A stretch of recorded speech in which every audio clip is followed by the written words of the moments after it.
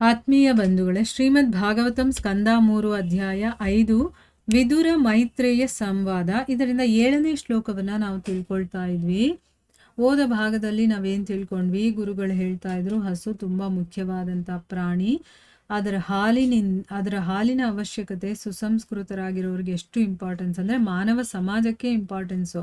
ಯಾಕೆ ಅಂತಂದ್ರೆ ಆಧ್ಯಾತ್ಮಿಕ ವಿಚಾರಗಳು ಅಂದ್ರೆ ದಿವ್ಯ ಜ್ಞಾನದ ಗೂಢಾರ್ಥಗಳು, ಗಹನತೆಗಳಿದೆಯಲ್ಲ, ಇದನ್ನೆಲ್ಲ ತಿಳ್ಕೋಬೇಕು ಅಂತಂದ್ರೆ ನಮ್ಮ ಮೆದುಳು ಚೆನ್ನಾಗಿ ಕೆಲಸ ಮಾಡಬೇಕು. ಅದರಲ್ಲಿರುವಂಥ ಸೂಕ್ಷ್ಮ ಸ್ನಾಯುಗಳ ಬೆಳವಣಿಗೆ ಆಗಬೇಕು ಅಂತಂದ್ರೆ ಹಸುವಿನ ಹಾಲು ತುಂಬಾ ಇಂಪಾರ್ಟೆಂಟ್ ಅಂತ ಹೇಳಿದ್ದಾರೆ. ಮತ್ತೆ ಎತ್ತು ನಮ್ಮ ತಂದೆಯ ಸ್ಥಾನದಲ್ಲಿದ್ರೆ ಹಸು ನಮ್ಮ ತಾಯಿಯ ಸ್ಥಾನದಲ್ಲಿದೆ. ಅದಕ್ಕೋಸ್ಕರ ಆ ಎರಡರ ರಕ್ಷಣೆ ಮಾಡುವಂತ ಜವಾಬ್ದಾರಿ ಸುಸಂಸ್ಕೃತರಾದ ಮಾನವರದಾಗಿರತ್ತೆ ಅಂತ ತಿಳ್ಕೊಂಡ್ವಿ. ಈಗ ಮುಂದುವರೆದು ಇಲ್ಲಿ ಹೇಳ್ತಾರೆ, ಊರ್ಧ್ವ ಲೋಕಗಳಲ್ಲಿ ವಾಸಿಸುವ ಜೀವಿಗಳಾದ ದೇವತೆಗಳು ಮಾನವ ಜೀವಿಗಳಿಗಿಂತ ಎಷ್ಟೋ ಉತ್ತಮರು. ಅವರು ಜೀವನ ಸ್ಥಿತಿಗಳ ಉತ್ತಮ ವ್ಯವಸ್ಥೆ ಹೊಂದಿರುವುದರಿಂದ ಮನುಷ್ಯ ಜೀವಿಗಳಿಗಿಂತ ಹೆಚ್ಚು ಭೋಗ ಜೀವನವನ್ನು ನಡೆಸುತ್ತಾರೆ. ಆದರೂ ಅವರೆಲ್ಲರೂ ಭಗವದ್ ಭಕ್ತರೇ ಆಗಿರುತ್ತಾರೆ. ಅಂದ್ರೆ ಈಗ ಈ ಒಂದು ಭೂಲೋಕಕ್ಕಿಂತ ಊರ್ಧ್ವ ಲೋಕಗಳು ಅಂತಿದೆ ಅಲ್ವಾ, ಇಲ್ಲಿಂದ ಮೇಲಿನ ಲೋಕಗಳು. ಅಲ್ಲಿ ಯಾರು ವಾಸ ಮಾಡ್ತಾರೆ? ದೇವತೆಗಳು ವಾಸ ಮಾಡ್ತಾರೆ. ಅವರು ಮನುಷ್ಯರಿಗಿಂತ ಎಷ್ಟೋ ಉತ್ತಮರು, ಅಂದ್ರೆ ನಮಗಿಂತ ಒಂದು ಮೇಲ್ಮಟ್ಟದಲ್ಲಿ ಇರುವಂಥವ್ರು. ಅದಕ್ಕೋಸ್ಕರನೇ ಅವರು ನಮಗಿಂತ ಒಂದು ಒಳ್ಳೆ ಉತ್ತಮ ಸ್ಥಿತಿಯಲ್ಲಿರ್ತಾರೆ, ಉತ್ತಮ ವ್ಯವಸ್ಥೆಯನ್ನ ಹೊಂದಿರ್ತಾರೆ. ಮನುಷ್ಯ ಜೀವಿಗಳಿಗಿಂತ ಹೆಚ್ಚು ಭೋಗ ಜೀವನವನ್ನ ಕೂಡ ಅವರು ನಡೆಸ್ತಾರೆ. ಆದರೆ ಅವರೆಲ್ಲರೂ ಕೂಡ ಭಗವಂತನ ಭಕ್ತರೇ ಆಗಿರ್ತಾರೆ. ಅಂದ್ರೆ ಸಾಧನೆಯನ್ನ ಮಾಡ್ತಾ ಮಾಡ್ತಾ ಅವರು ಆ ಲೋಕಕ್ಕೆ ಹೋಗಿರ್ತಾರೆ. ಅಂದ್ರೆ ನಮಗಿಂತ ಒಂದು ಮಟ್ಟದಲ್ಲಿ ಹೆಚ್ಚಿರುವಂಥವ್ರು. ನಮಗಿಂತ ಅಧಮರು ಯಾರು ಅಂತಂದ್ರೆ ಪಾತಾಳ ಲೋಕದಲ್ಲಿ ಇರುವಂಥವ್ರು, ನಾವು ಮಧ್ಯದಲ್ಲಿ ಇರುವಂಥವ್ರು. ಆದ್ರೆ ಉನ್ನತ ಲೋಕದಲ್ಲಿರುವಂತ ದೇವತೆಗಳು ಕೂಡ ಭಗವಂತನ ಭಕ್ತರೇ ಆಗಿರ್ತಾರೆ. ಭಗವಂತನು ವಿವಿಧ ರೂಪಗಳಲ್ಲಿ ಅವತರಿಸುತ್ತಾನೆ. ಮೀನು, ಆಮೆ, ಹಂದಿ, ನರಸಿಂಹ ಆಕಾರ ಮುಂತಾದ ರೂಪಗಳಲ್ಲಿ ಸುಸಂಸ್ಕೃತ ಮನುಷ್ಯನಿಗೆ, ಹಸುವಿನ ಮತ್ತು ದೇವತೆಗಳಿಗೆ ರಕ್ಷಣೆ ನೀಡಲು ಅವತಾರ ತಾಳುತ್ತಾನೆ. ಇವರೇ ಪ್ರಗತಿಪರ ಆತ್ಮ ಸಾಕ್ಷಾತ್ಕಾರ ನಿಯಂತ್ರಿತ ಬದುಕಿಗೆ ನೇರವಾಗಿ ಹೊಣೆಗಾರರಾಗಿರುತ್ತಾರೆ. ನೋಡಿ, ಭಗವಂತ ಬೇರೆ ಬೇರೆ ಬೇರೆ ರೂಪದಲ್ಲಿ ಬಂದು ಅವತಾರವನ್ನ ತಗೊಳ್ತಾನೆ. ನಮಗ್ ಗೊತ್ತಿರೋದೇ ಅಲ್ವಾ, ಮೀನು, ಆಮೆ, ಹಂದಿ, ನರಸಿಂಹ. ಯಾವುದಾದ್ರೂ ಒಂದೇ ತರ ಇದೆಯಾ? ಮೀನು ನೀರಲ್ಲಿರುವಂಥದ್ದು, ಆಮೆ ನೀರು ಮತ್ತೆ ಭೂಮಿ ಎರಡರಲ್ಲೂ ಇರುತ್ತೆ. ಹಂದಿ ಎಂತ ಒಂದು ಗಲೀಜಿರುವಂಥ ಜಾಗ ಆಗಿದ್ರೂ ಪರವಾಗಿಲ್ಲ, ಅದರಲ್ಲಿ ವಾಸ ಮಾಡುವಂಥದ್ದು. ಇನ್ನು ನರಸಿಂಹ ಅರ್ಧ ಮನುಷ್ಯನ ಆಕಾರ, ಅರ್ಧ ಪ್ರಾಣಿಯ ಆಕಾರ, ಆ ರೀತಿಯ ಒಂದು ರೂಪ. ಈ ರೀತಿಯ ರೂಪಗಳಲ್ಲಿ ಯಾರು ಸುಸಂಸ್ಕೃತ ಮನುಷ್ಯನಾಗಿರ್ತಾನೋ ಅವನಿಗೆ ರಕ್ಷಣೆ ಕೊಡೋದಕ್ಕೆ ಹಸುವಿಗೆ ಮತ್ತೆ ದೇವತೆಗಳು ಇವರಿಗೆಲ್ಲ ರಕ್ಷಣೆ ನೀಡೋದಕ್ಕೋಸ್ಕರನೇ ಭಗವಂತ ಈ ರೀತಿ ಬೇರೆ ಬೇರೆ ಅವತಾರಗಳನ್ನ ತಗೊಳ್ತಾನೆ. ಇವರೇ ಪ್ರಗತಿಪರ ಆತ್ಮ ಸಾಕ್ಷಾತ್ಕಾರ. ಅಂದ್ರೆ ಏನು? ನಾವು ಆತ್ಮ ಸಾಕ್ಷಾತ್ಕಾರಕ್ಕೆ ಹೋಗ್ಬೇಕು ಅಂತಂದ್ರೆ ಒಂದೊಂದು ಹೆಜ್ಜೆನೆ ನಾವು ಮುಂದಕ್ಕೆ ಹೋಗ್ತೀವಲ್ಲ, ಸ್ಟೆಪ್ ಬೈ ಸ್ಟೆಪ್ ಹೋಗ್ತೀವಲ್ವಾ, ಆ ಒಂದು ನಿಯಂತ್ರಿತವಾದಂತಹ ಬದುಕಿಗೆ ನೇರವಾಗಿ ಹೊಣೆಯಾಗಿರ್ತಾರೆ. ಇವರೆಲ್ಲ ಇರೋದ್ರಿಂದಾನೇ ಆತ್ಮ ಸಾಕ್ಷಾತ್ಕಾರ ಹಾದಿಯಲ್ಲಿ ಸ್ಟೆಪ್ ಬೈ ಸ್ಟೆಪ್ ಹೋಗೋದಕ್ಕೆ ಸಾಧ್ಯ ಆಗುತ್ತೆ. ಬದ್ಧಾತ್ಮಗಳು ಆತ್ಮ ಸಾಕ್ಷಾತ್ಕಾರ ಪಡೆಯಲು ಅವಕಾಶ ಪಡೆಯಬಹುದಾದ ರೀತಿಯಲ್ಲಿ ಭೌತಿಕ ಸೃಷ್ಟಿಯ ಪೂರ್ಣ ವ್ಯವಸ್ಥೆಯು ನಿಯೋಜಿತವಾಗಿದೆ. ಅಂತಹ ವ್ಯವಸ್ಥೆಯ ಸದುಪಯೋಗ ಪಡೆಯುವವನನ್ನೇ ದೇವತೆ ಅಥವಾ ಸುಸಂಸ್ಕೃತ ಮಾನವನೆನ್ನಲಾಗುತ್ತದೆ. ಅಂತಹ ಉತ್ತಮ ಬದುಕಿನ ಪೋಷಣೆಗೆ ಸಹಾಯಕವಾಗಲೆಂದೇ ಹಸು ಉದ್ದೇಶಿತವಾಗಿದೆ. ಇಲ್ಲಿ ಸುಸಂಸ್ಕೃತರು ಅಂತ ಹೇಳ್ತಾ ಇದ್ದಾರಲ್ಲ, ಅವ್ರು ಯಾರು ಅಂತ ಹೇಳ್ತಾ ಇದ್ದಾರೆ ನೋಡಿ. ಈ ಜಗತ್ತನ್ನ ಭಗವಂತ ಹೇಗೆ ಸೃಷ್ಟಿ ಮಾಡಿದಾನೆ ಅಂತಂದ್ರೆ ಆತ್ಮ ಸಾಕ್ಷಾತ್ಕಾರಕ್ಕೆ ಏನೇನು ಬೇಕೋ ಆ ಅವಕಾಶ ಎಲ್ಲ ನಮಗೆ ಸಿಗಬೇಕು ಅಂಥ ರೀತಿಯಲ್ಲಿ ಈ ಭೌತಿಕ ಸೃಷ್ಟಿಯನ್ನ ಸೃಷ್ಟಿ ಮಾಡಿದಾನೆ. ಇಲ್ಲಿ ಎಲ್ಲ ರೀತಿಯ ಪೂರ್ಣ ವ್ಯವಸ್ಥೆ ಕೂಡ ಇಟ್ಟಿದ್ದಾನೆ. ಅಂದ್ರೆ ನಾನು ಇವಾಗ ಆತ್ಮ ಸಾಕ್ಷಾತ್ಕಾರ ಮಾಡ್ಕೋಬೇಕು ಅಂತಂದ್ರೆ ನನಗೇನೇನು ಬೇಕೋ ಎಲ್ಲ ಅನುಕೂಲಗಳನ್ನು, ವ್ಯವಸ್ಥೆಗಳನ್ನು ಭಗವಂತ ಇಲ್ಲಿ ಮಾಡಿದ್ದಾನೆ. ಅದನ್ನು ಸರಿಯಾಗಿ ನಾನು ಉಪಯೋಗಿಸ್ಕೊಳ್ಬೇಕಲ್ವ, ಅದು ನನ್ನ ಜವಾಬ್ದಾರಿ. ಯಾರು ಆ ರೀತಿ ಆ ಒಂದು ವ್ಯವಸ್ಥೆಗಳನ್ನು ಸದುಪಯೋಗ ಪಡಿಸ್ಕೊಳ್ತಾನೋ ಅವರನ್ನೇ ದೇವತೆಗಳು ಅಥವಾ ಸುಸಂಸ್ಕೃತರು ಅಂತ ಹೇಳೋದು. ಅಂಥ ಒಂದು ಉತ್ತಮ ಬದುಕಿನ ಪೋಷಣೆ ಆಗಬೇಕು ಅಂತಂದರೆ ಹಸು ತುಂಬ ಇಂಪಾರ್ಟೆಂಟ್ ಆಗಿದೆ ಅಂತ ಇಲ್ಲಿ ಹೇಳ್ತಾ ಇದ್ದಾರೆ. ಹಸು ಎಷ್ಟು ಮುಖ್ಯವಾದಂಥ ಪ್ರಾಣಿ, ಆದರೆ ನಾವೇನು ಮಾಡ್ತಾ ಇದ್ದೀವಿ, ಅದನ್ನು ಬೀದಿಲಿ ಬಿಟ್ಟಿದ್ದೀವಿ. ಈಗಂತೂ ಹಸುಗಳೇ ಕಾಣಿಸೋದಿಲ್ಲ ನಮ್ಮ ಕಣ್ಣಿಗೆ. ಎಲ್ಲ ಡೈರಿ ಅಂತ ಅಲ್ಲಿ ಹಸುವಿನ ಹಾಲೇ ಕೊಡ್ತಾರೋ ಅಥವಾ ಇನ್ನೇನು ಕೆಮಿಕಲ್ಗಳು ಹಾಕಿ ಹಾಲು ಮಾಡ್ತಾರೋ ನಮಗೆ ಗೊತ್ತಿಲ್ಲ ಅಲ್ವಾ. ಹಿಂದಿನ ಕಾಲದಲ್ಲಿ ಮನೆಗೊಂದು ಹಸು, ಒಂದು ಹಸು ಅಂದರೆ ಕಡಿಮೆ, ಅದು ಮನೆಯಲ್ಲಿ ಒಂದು 20 ಹಸುಗಳಾದರೂ ಸಾಕ್ತಿದ್ರು. ಅಟ್ಲೀಸ್ಟ್ ಬಡವರಾದರೂ ಕೂಡ 1-2 ಹಸುಗಳನ್ನು ಇಟ್ಟೇ ಇರ್ತಾ ಇದ್ರು. ಆದರೆ ಈಗ ಹಸುಗಳನ್ನು ಬೀದಿಯಲ್ಲಿ ಬಿಟ್ಟು ನಾಯಿಗಳನ್ನು ಮನೇಲಿ ಇಟ್ಕೊಂಡಿದ್ದೀವಿ ಅಲ್ವಾ. ಅದು ನಾಯಿ ಬಂದು ಬೀದಿಲಿರುವಂಥ ಪ್ರಾಣಿ, ಹಸು ಬಂದು ಮನೆಯ ಅಂಗಳದಲ್ಲಿರುವಂಥ ಪ್ರಾಣಿ. ಆದರೆ ಈಗೆಲ್ಲ ಉಲ್ಟಾ, ಯಾಕೆ ಕಲಿಯುಗ ಅಲ್ವಾ, ಅದಕ್ಕೋಸ್ಕರ ನಮ್ಮ ಬುದ್ಧಿ ಕೂಡ ಅದೇ ರೀತಿ ಓಡುತ್ತೆ. ಏನು ಮಾಡೋಕ್ಕಾಗಲ್ಲ, ಕಾಲದ ಮಹಿಮೆ ಅದು. ಇಲ್ಲಿ ಅದಕ್ಕೆ ಹೇಳ್ತಾರೆ, ನಮ್ಮ ಒಂದು ಉತ್ತಮ ಬದುಕು ನಡಿಬೇಕು ಅಂತಂದರೆ ಅದಕ್ಕೆ ಸಹಾಯ ಮಾಡೋದು ಯಾರು ಅಂತಂದರೆ ಹಸು. ನಮ್ಮ ಪೋಷಣೆ ಆಗಬೇಕು ಅಂತಂದರೆ ಅದು ಹಸುವಿನ ಮೂಲಕ ಆಗುತ್ತೆ. ದ್ವಿಜರಾದ ಸುಸಂಸ್ಕೃತ ಮಾನವರು, ಹಸುಗಳು ಮತ್ತು ದೇವತೆಗಳು ಇವರೆಲ್ಲರ ರಕ್ಷಣೆಗಾಗಿ ಇರುವ ಭಗವಂತನ ಲೀಲೆಗಳೆಲ್ಲವೂ ದಿವ್ಯವಾದವುಗಳಾಗಿವೆ. ಮಾನವ ಜೀವಿಯು ಒಳ್ಳೆಯ ಕಾವ್ಯ ಮತ್ತು ಕಥೆಗಳನ್ನು ಕೇಳುವ ಪ್ರವೃತ್ತಿಯುಳ್ಳವನಾಗಿದ್ದಾನೆ. ಆದ್ದರಿಂದ ಪ್ರಬುದ್ಧ ಆತ್ಮನ ಆಸಕ್ತಿಗಳನ್ನು ತಣಿಸಲು ಮಾರುಕಟ್ಟೆಯಲ್ಲಿ ಹಲವು ಪುಸ್ತಕಗಳು, ಮಾಸಪತ್ರಿಕೆಗಳು, ದಿನಪತ್ರಿಕೆಗಳು ಇವೆ. ಆದರೆ ಅಂತಹ ಸಾಹಿತ್ಯದ ಸಂತಸವು ಒಮ್ಮೆ ಓದಿದ ನಂತರ ನಿಸ್ಸಾರವಾಗುತ್ತದೆ. ಜನರು ತಿರುಗಿ ಅಂಥ ಸಾಹಿತ್ಯವನ್ನು ಓದುವ ಆಸಕ್ತಿ ತೋರುವುದಿಲ್ಲ. ನಿಜವಾಗಿಯೂ ವೃತ್ತಪತ್ರಿಕೆಗಳನ್ನು 1 ಗಂಟೆಯೂ ಓದುವುದಿಲ್ಲ. ಅನಂತರ ಅದನ್ನು ಕಸದ ಬುಟ್ಟಿಗೆ ಎಸೆಯಲಾಗುತ್ತದೆ. ಉಳಿದ ಲೌಕಿಕ ಸಾಹಿತ್ಯದ ಸ್ಥಿತಿಯೂ ಹೀಗೆಯೇ. ಅಂದ್ರೆ ಇಲ್ಲೇನು ಹೇಳ್ತಾ ಇದ್ದಾರೆ, ದ್ವಿಜರಾಗಿರುವಂತಹ ಸುಸಂಸ್ಕೃತ ಮನುಷ್ಯರು, ಅಂದ್ರೆ ಎಲ್ಲಾ ಮನುಷ್ಯರ ರಕ್ಷಣೆಗೆ ಬರೋದಿಲ್ಲ ಭಗವಂತ. ಯಾರು ದ್ವಿಜರಾಗಿರ್ತಾರೋ, ಸುಸಂಸ್ಕೃತರಾಗಿರ್ತಾರೋ ಅಂದರೆ ಬ್ರಾಹ್ಮಣರು ಅಂತ ನಾವು ಹೇಳ್ಬೋದು. ಬ್ರಹ್ಮನನ್ನು ಅರಿತಿರುವವರು ಅಥವಾ ಆ ಸಾಧನೆಯನ್ನು ಮಾಡ್ತಾ ಇರ್ತಾನಲ್ಲ, ಭಗವಂತನ ಭಕ್ತನಾಗಿರ್ತಾರಲ್ಲ, ಅಂಥ ಸುಸಂಸ್ಕೃತ ಮನುಷ್ಯರನ್ನ ಮತ್ತು ಹಸುಗಳು, ದೇವತೆಗಳು ಇವರ ರಕ್ಷಣೆಗೋಸ್ಕರ ಭಗವಂತ ತನ್ನ ಬೇರೆ ಬೇರೆ ಲೀಲೆಗಳನ್ನು ಅವನು ನಡೆಸೋದು. ಈಗ ನಾವು ಬೇಕಾದರೆ ಭಗವಂತನ ಲೀಲೆಗಳು ನಡೆದಿರುತ್ತಲ್ಲ, ಅವತಾರಗಳನ್ನು ತಗೊಂಡು ಬಂದಿದ್ದಾನಲ್ಲ, ಆ ಅವತಾರಗಳನ್ನು ನೋಡಿ ಅದು ಈ 3 ಯಾರು, ಸುಸಂಸ್ಕೃತ ಮನುಷ್ಯ ಅಂದರೆ ಒಬ್ಬ ಭಕ್ತ ಅಂತ ಇಟ್ಕೊಳ್ಳೋಣ, ಹಸುಗಳು ಇಲ್ಲ ಅಂದರೆ ದೇವತೆಗಳು, ಈ ರೀತಿಯವರನ್ನ ರಕ್ಷಣೆ ಮಾಡೋದಕ್ಕೋಸ್ಕರನೇ ಅವನು ಅವತಾರವನ್ನು ತಗೊಂಡಿರ್ತಾನೆ.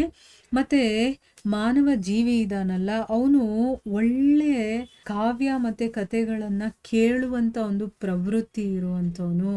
ಅವನಿಗೆ ಕಥೆಗಳನ್ನು ಮತ್ತು ಕಾವ್ಯಗಳನ್ನು ಕೇಳೋದು ಅಂತಂದರೆ ತುಂಬ ಇಷ್ಟ. ಅದಕ್ಕೋಸ್ಕರನೇ ಇವಾಗ ಈ ಪ್ರಬುದ್ಧ ಆತ್ಮನ ಆಸಕ್ತಿಗಳನ್ನು ಅಂದರೆ ಏನು, ಈ ಪ್ರಪಂಚದಲ್ಲಿ ನಮ್ಮ ಆಸಕ್ತಿಯನ್ನು ತಣಿಸೋದಕ್ಕೋಸ್ಕರನೇ ಮಾರ್ಕೆಟಲ್ಲಿ ಬೇಕಾದಷ್ಟು ರೀತಿಯ ಪುಸ್ತಕಗಳು ಸಿಗುತ್ತೆ, ಮಾಸಪತ್ರಿಕೆಗಳು, ದಿನಪತ್ರಿಕೆಗಳು ಅಂದರೆ ಮಂತ್ಲಿ ಮ್ಯಾಗ್ಝೀನು, ಡೈಲಿ ಮ್ಯಾಗ್ಝೀನು ಅಂತೆಲ್ಲ ಇರುತ್ತಲ್ಲ, ಅದೆಲ್ಲನೂ ಸಿಗುತ್ತೆ.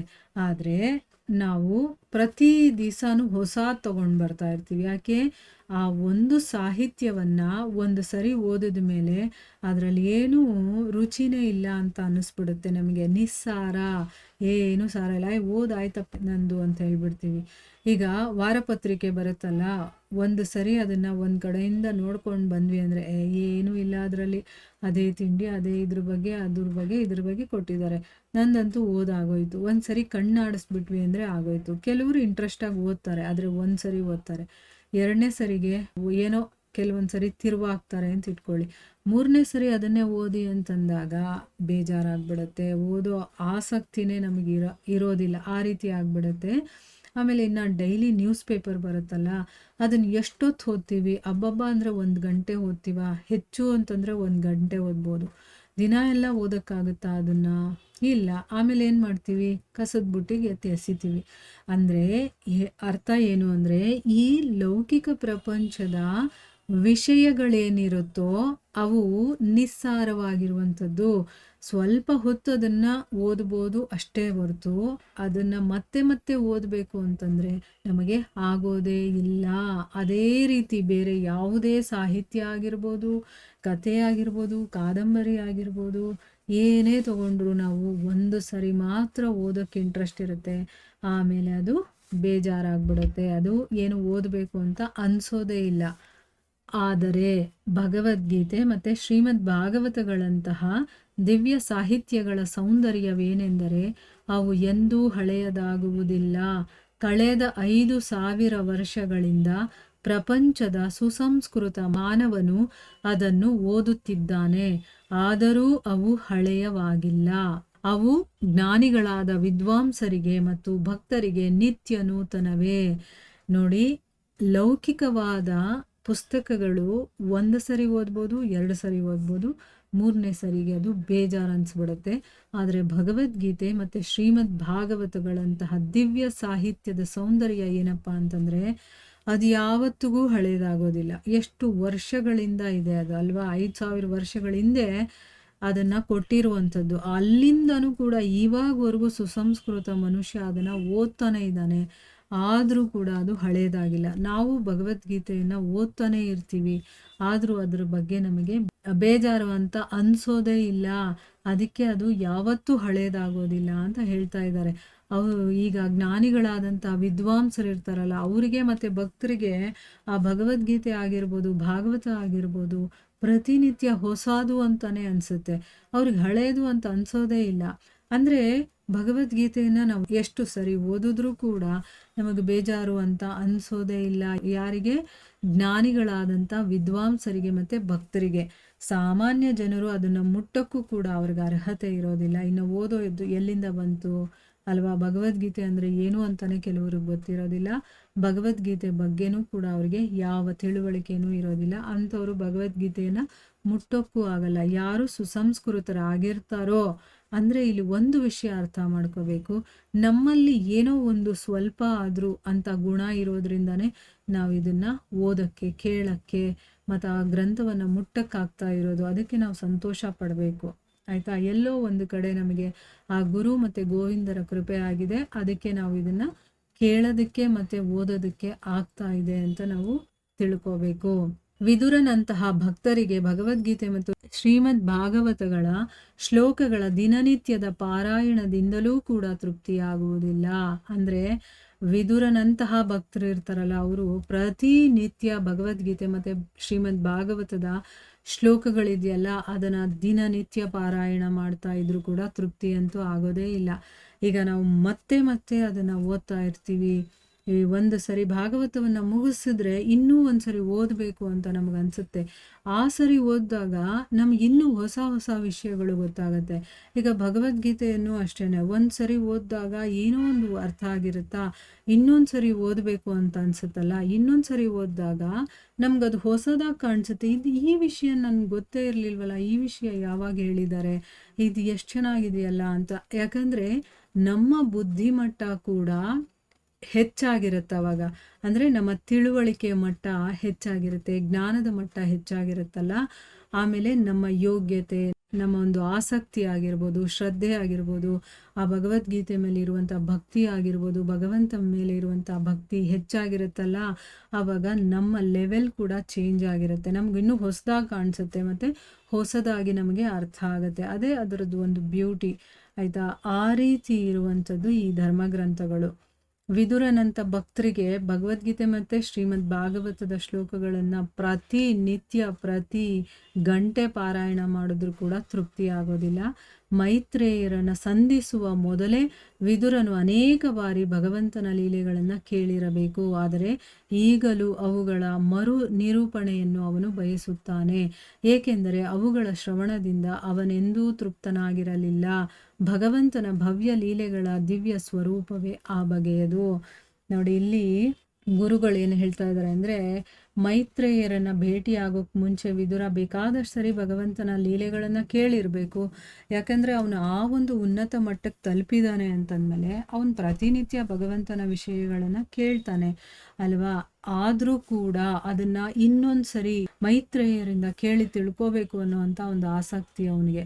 ಅದಕ್ಕೆ ಇಲ್ಲಿ ಕೇಳಬೇಕು ಅಂತ ಇಷ್ಟಪಡ್ತಾ ಇದ್ದಾನೆ. ಯಾಕೆ ಅಂತಂದರೆ ಅವನಿಗೆ ಎಷ್ಟು ಕೇಳಿದರೂ ಕೂಡ ತೃಪ್ತಿ ಅನ್ನೋದೇ ಸಿಗ್ತಾ ಇಲ್ಲ. ಭಗವಂತನ ಆ ಲೀಲೆಗಳೇ ಹಾಗೆ ತುಂಬ ದಿವ್ಯವಾಗಿರುವಂಥದ್ದು.